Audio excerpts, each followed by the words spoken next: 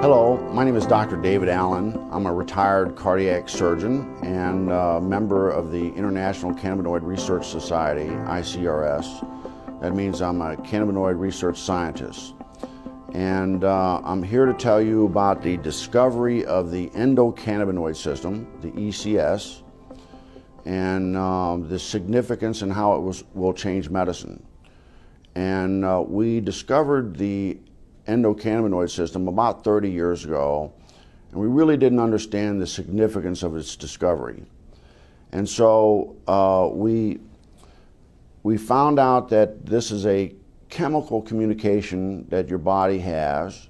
It's not electrical, it's chemical, and it's kind of like the hormone systems that people are familiar with. And your body makes these cannabinoids. They're endogenous, so they're endocannabinoids, and they perform some miraculous functions in the body. And we're just learning the significance of these functions. And basically, the endocannabinoid system is responsible for homeostasis. Most people don't understand what that really means, but it's the body's ability to maintain itself and function in the proper environment. And so it's critically important that that doctors in the future understand this control mechanism. And we're finding out that that manipulation of this endocannabinoid system will control diabetes. It controls cancer. It controls whether you can survive a heart attack or stroke. And so this is critically important for doctors to understand this new science. And the discovery of the endocannabinoid system is the single most important medical scientific discovery ever, and will save more lives than the discovery and application of sterile surgical technique. And I'm a heart surgeon saying that. So more people will be saved by manipulation of the endocannabinoid system than are currently saved by surgery. But recent research has been looking at cannabis and the different cannabinoids. There's over 80 plus cannabinoids discovered in the cannabis plant.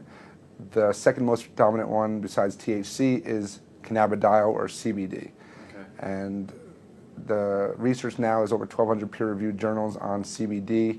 It's probably the most exciting and researched ingredient or substance right now around the world. Mm-hmm. It doesn't have the psychoactive or high that is associated with THC, but it has a tremendous amount of other benefits, including research shows anti-seizure, anti-epileptic, which is why it's gotten a lot of popularity. You do a lot with children with seizure disorders, and they're getting benefits from this plant in a safe, non-toxic way versus all these drugs that typically don't work. Mm-hmm. And there's neuroprotective benefits, so you see a lot with concussions and the NFL. There's a lot of research being done now with chronic traumatic encephalopathy or chronically banging your head a lot.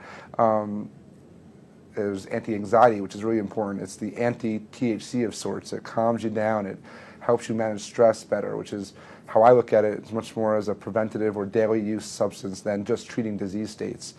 And there's immune support. There's it's a huge antioxidant. There's just a tremendous. It's easier sometimes to talk about what it doesn't do than what it does. Dr. Alan Shackelford is a Harvard-trained physician. He's also among a handful of doctors in Colorado who give prescriptions for medical marijuana. From the moment Charlotte entered his office, he knew she was in trouble. While he was just examining her, she had 2 seizures. She'd failed everything. There were no more options for her.